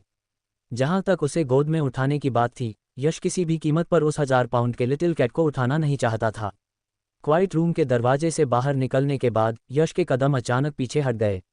मेरा कल्टीवेशन 3 दिनों में एक और रेलम को पार कर चुका है। ये बहुत ही ज़्यादा खौफनाक है और लोगों का बेवजह ध्यान खींच सकता है। यश थोड़ा सावधान हो गया था। पहले आउटर सेक्ट डिसाइपल के सबसे बेहतरीन डिसाइपल गौतम ने यश के स्टोन मैरो स्पिरिट लिक्विड के राज को जान लिया था। बाद में 5वें एल्डर राठौर हेवन रैंकिंग के सबसे बेहतरीन डिसाइपल कबीर और बाकी लोगों को लगा कि यश का कल्टीवेशन कुछ ज़्यादा ही तेज़ी से बढ़ रहा है और वे उसके अंदर छुपे राज को बाहर निकालना चाहते थे। थोड़ा सा ध्यान लगाते ही कंसीलिंग ट्रुथ आर्ट ने काम करना शुरू कर दिया। थोड़ी देर तक सेट करने के बाद यश आखिरकार अपनी spirit guiding mid stage cultivation की उस खौफनाक पावर को छुपाने में कामयाब हो गया जिससे ऐसा लग रहा था कि उसने अभी अभी मुश्किल से स्पिरिट गाइडिंग अर्ली स्टेज में ब्रेक थ्रू किया है। उसके बाद ही वह उस प्यारे से लिटिल कैट के साथ क्वाइट रूम से बाहर निकला। इतनी जल्दी? जब एल्डर भार्गव ने उस प्यारे से cloud wing tiger little cat को देखा तो वे अचानक बुरी तरह चौंक गए। उनकी आंखें हैरानी से फटी रह गईं। ये बस किस्मत की बात थी। कुछ बार सिखाने के बाद इसने कियानकुन रूही सीक्रेट आर्ट को सीख लिया, यश ने जवाब दिया। किस्मत? उस सीक्रेट आर्ट को सीखना पूरी तरह से याओ बीस्ट की समझदारी की ताकत पर टिका होता है। यश, इस बार तुमने सच में कोई बहुत बड़ा खजाना खोज लिया है। मेरी नज़र में तुम्हारे इस क्लाउड विंग टाइगर की समझदारी कोई आम बात नहीं है। अगर इसे सही मौका मिल जाए तो भविष्य में ये जो कुछ हासिल करेगा उसकी कोई हद नहीं होगी। एल्डर भार्गव का चेहरा बुरी तरह ईर्ष्या से भरा हुआ था। यह अभी भी मौकों पर ही टिका है। यश खुद भी ये देखने के लिए बहुत बेताब था कि cloud wing tiger little cat भविष्य में किस हद तक बड़ा होगा। एक क्लाउड विंग टाइगर किंग। जिस बात ने यश का सीना गर्व से चौड़ा कर दिया वह ये थी कि एल्डर भार्गव को इस बात की भनक तक नहीं लगी कि यश ने अपना कल्टीवेशन छुपा लिया है। कहा जाता था कि एल्डर भार्गव स्पिरिट ट्रांसफॉर्मेशन रेलम के दूसरे लेवल के बहुत बड़े पावर हाउस थे। कंसीलिंग ट्रुथ आर्ट सच में बहुत ही खौफनाक चीज़ थी। कर्ज वसूली के मिशन के बारे में सब कुछ बिल्कुल एल्डर भार्गव की उम्मीद के मुताबिक ही हुआ। यश के सीक्रेट कल्टीवेशन के 3 दिनों के अंदर मुश्किल से 2 दिन भी नहीं बीते थे कि शाही खानदान का एक यंग मास्टर खुद अपना कर्ज चुकाने दौड़ा चला आया और अब तक उस लिस्ट में से आधे लोग अपना कर्ज चुका चुके थे। एल्डर भार्गव का तरीका उनकी बातों से बिल्कुल मेल खाता था। उन्होंने यश को रियांश और बाकी 5 लोगों को साथ ले जाने को कहा, बकाया कर्जों की लिस्ट पकड़ाई और बहुत ही अदब से लिस्ट में शामिल हर इंसान के घर जाने को कहा। 5 दिनों के अंदर लिस्ट में मौजूद 80% कर्जदार अपना कर्ज चुका चुके थे। मिस्टिक क्लाउड सेक्ट को इससे 10 लाख टेल से भी ज़्यादा सोना और 5 से 6 हज़ार लो ग्रेट स्पिरिट क्रिस्टल्स मिले। यहाँ तक कि उन प्रिंस और रईसों ने भी, जिन्होंने अपना कर्ज नहीं चुकाया था, लोगों को भेजकर अपनी मजबूरी बताई और कहा कि वे पैसों का इंतजाम कर रहे हैं और जमा होते ही तुरंत चुका देंगे। यहाँ तक आते आते कर्ज वसूली का मिशन पूरी कामयाबी के साथ पूरा हो चुका था। कर्ज वसूली का मिशन कामयाबी से पूरा हुआ और यश का नाम भी ब्लैक वाटर रॉयल सिटी में छा गया। खासकर उसकी बदनामी वह पूरे ब्लैक वाटर रॉयल सिटी में आग की तरह फैल गई। कहा जाता है कि यंग मास्टर प्रताप सिंह, जिसे यश ने इस कदर जलील किया था कि वह किसी को मुंह दिखाने के लायक नहीं रहा, उसे उसके पिता ने घसीटकर सीधे right imperial guard army camp में स्पेशल ट्रेनिंग के लिए डाल दिया था। इसे ऐसा भी माना जा सकता था कि राइट इंपीरियल गार्ड के ग्रैंड जनरल विक्रम सिंह अपने ही बेटे को उसकी औकात याद दिला रहे थे। किसी को नहीं पता कि यह खबर किसने फैलाई, शायद ये दिखावा करने वाला स्टीवर्ड लोकेश हो सकता है। उस दिन ब्लैक वाटर पिल्किंग का यश के पास खुद चलकर आना और उसके साथ आधे घंटे से ज़्यादा वक्त तक अकेले में बात करना, ये खबर भी चारों तरफ फैल गई। ब्लैक वाटर रॉयल सिटी में जहां सबसे ज़्यादा अफवाहें उड़ती थीं, लोग राय का पहाड़ बना देते थे। कुछ ही दिनों में ये खबर भी फैल गई कि ब्लैक वाटर पिल्किंग यश से मिलने के लिए तरस रहे थे। भले ही बहुत कम लोगों ने इस अफवाह पर यकीन किया, लेकिन फिर भी इसने ब्लैक वाटर रॉयल सिटी में यश के खौफनाक रुतबे को और भी बड़ा और भारी बना दिया। आज जब यश और बाकी 4 लोग ट्रेनिंग ग्राउंड में अपनी मार्शल स्किल्स को निखार रहे थे, तभी एक पीला चेहरा, बिना दाढ़ी और बिना एडम्स एप्पल वाला एक खास इंसान अचानक यश के लिए एक बहुत बड़ा लाल न्योता लेकर आया। शाम के वक्त यश और डोजो के एल्डर भार्गव बिल्कुल तय समय पर फर्स्ट प्रिंस देवव्रत के शाही महल पहुंच गए। पूरे ब्लैक वाटर डोजो के अंदर सिर्फ एल्डर भार्गव और यश को ही फर्स्ट प्रिंस देवव्रत का न्योता मिला था। इस वजह से हर्ष, जो मिस्टिक क्लाउड सेक्ट की हेवन रैंकिंग में चौथे स्थान पर था, बुरी तरह डिप्रेशन में चला गया था।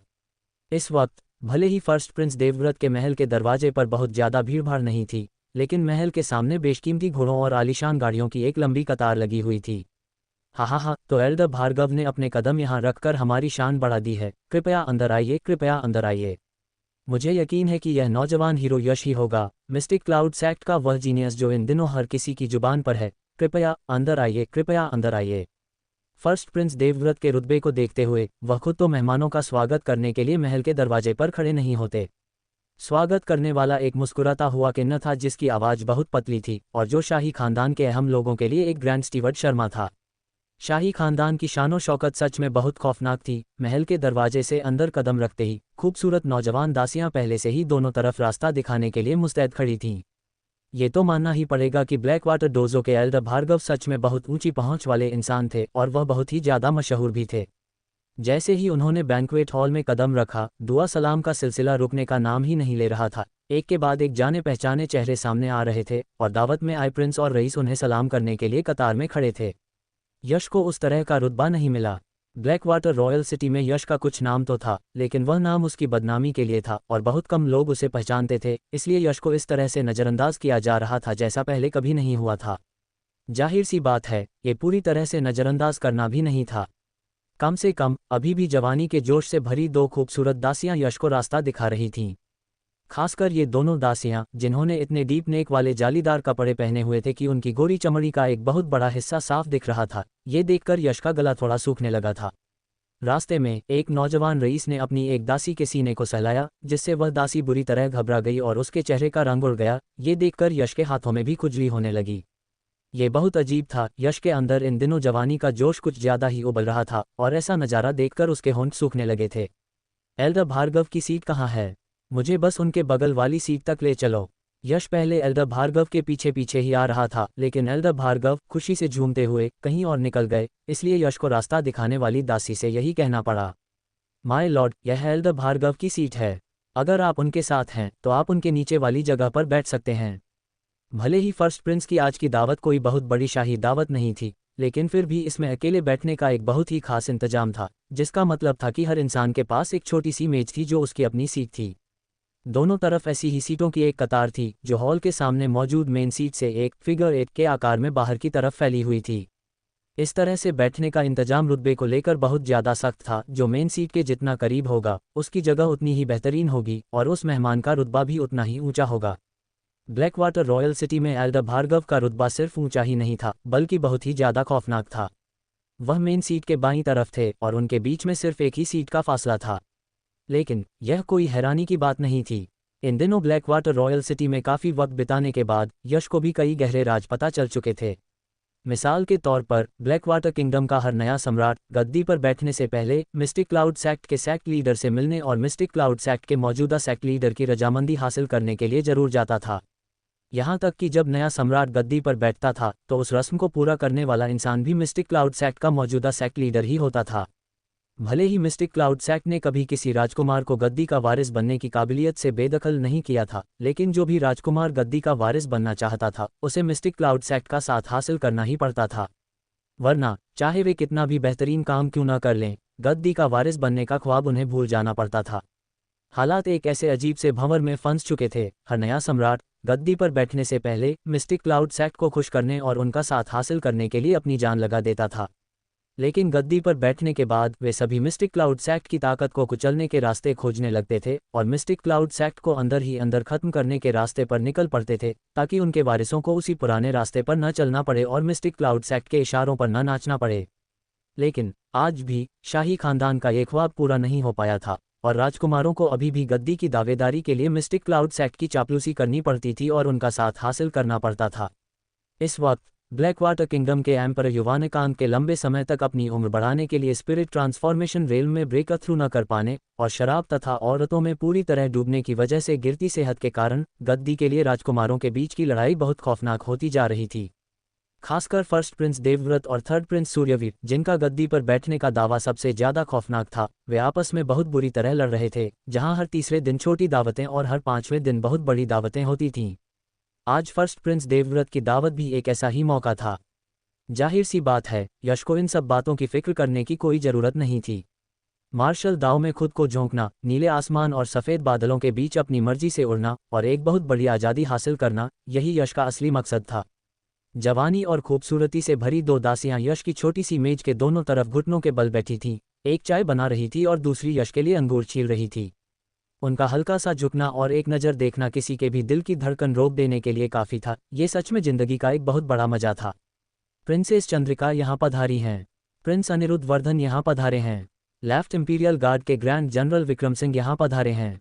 जब भी किसी नाम का ऐलान होता, हॉल के दरवाजे पर एक हलचल मच जाती, नीचे रुतबे वाले लोग तेजी से आगे बढ़ते और सिर्फ एक झूठी सी मुस्कान पाने के लिए देर तक एक दूसरे से धक्का मुक्की करते रहते। फिर जो नए मेहमान अंदर आए थे, वे हॉल के एक कोने में जाकर उन्हें हम लोगों को मुस्कुराते चेहरों के साथ सलाम करने लगते, जो उनका स्वागत करने नहीं आए थे। यश को लग रहा था कि मुस्कुराते मुस्कुराते उनके चेहरों की नसें लगभग खींच चुकी होंगी, जो कि उसके बेपरवाह अंदाज से बिल्कुल अलग था। उसने एक छिला हुआ अंगूर खाया, अपने शरीर को हल्का सा हिलाया और फिर उसका दिल किसी अनजाने जोश से जोर जोर से धड़कने लगा। जल्द ही वक्त खत्म होने लगा और दावत शुरू होने वाली थी। दुआ सलाम के बाद हम लोगों ने अपनी अपनी जगह ले ली।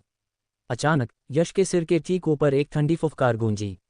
जैसे ही यश ने ऊपर देखा, जो दो दासियां उसकी सेवा कर रही थीं, वे तुरंत घुटनों के बल गिर पड़ीं और बोलीं, हम रॉयल एनश्राइन्ड वन को सलाम करते हैं। नौजवान, तुम कहाँ से आए हो? क्या यह ऐसी जगह है जहां तुम अपनी मर्जी से बैठ सको? जल्दी उठो और यहाँ से हटो।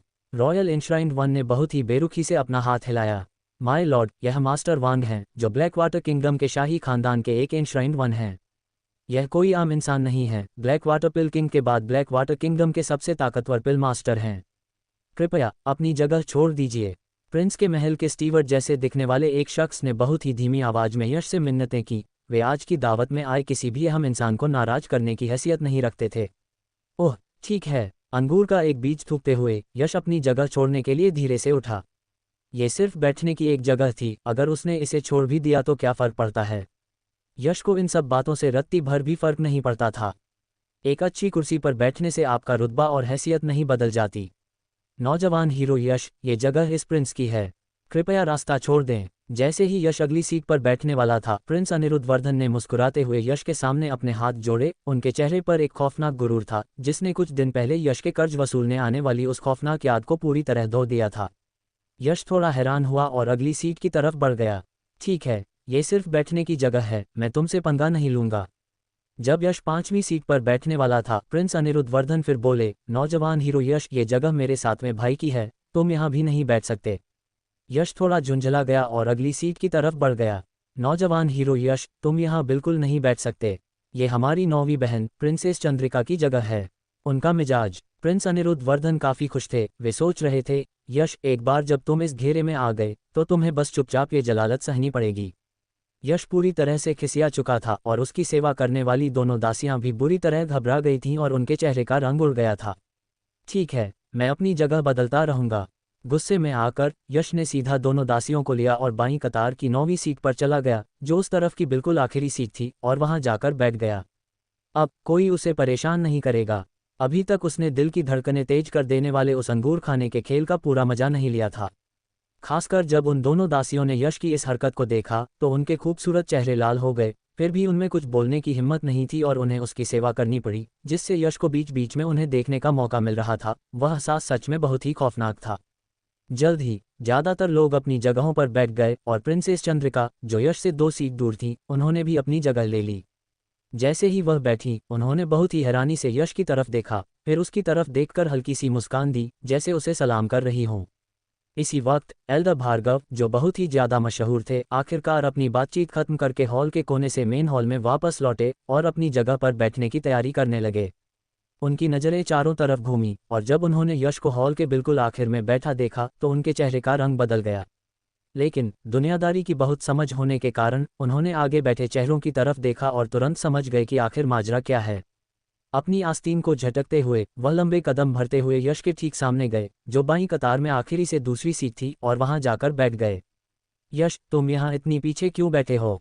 एल्दर भार्गव की सेवा कर रही दासी के सीने की उस गहरी क्लीवेज की तरफ देखते हुए यश मुस्कुराया। जब आप बूढ़े आदमी मेरे साथ बैठने आ ही गए हैं तो भला यह सवाल क्यों? दरअसल आपको ऐसा करने की जरूरत नहीं है।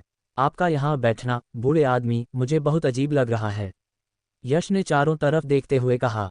तुम नौजवान, कहीं ऐसा तो नहीं कि तुमने अभी तक कोई मजा नहीं लिया है? क्या तुम चाहते हो कि मैं फर्स्ट प्रिंस देवव्रत से तुम्हारे लिए कोई इंतजाम करने को कहूँ? जैसे ही ये लफ्ज उनके मुंह से निकले, पास खड़ी कई दासियों के चेहरे तुरंत लाल हो गए। कोई सवाल ही नहीं है, आप, बूढ़े आदमी, कुछ ज्यादा ही। यश की आंखें फटी की फटी रह गईं और उसकी बोलती ही बंद हो गई। जब बेशर्मी की बात आती थी तो वह एल्दर भार्गव की धूल भी नहीं पा सकता था।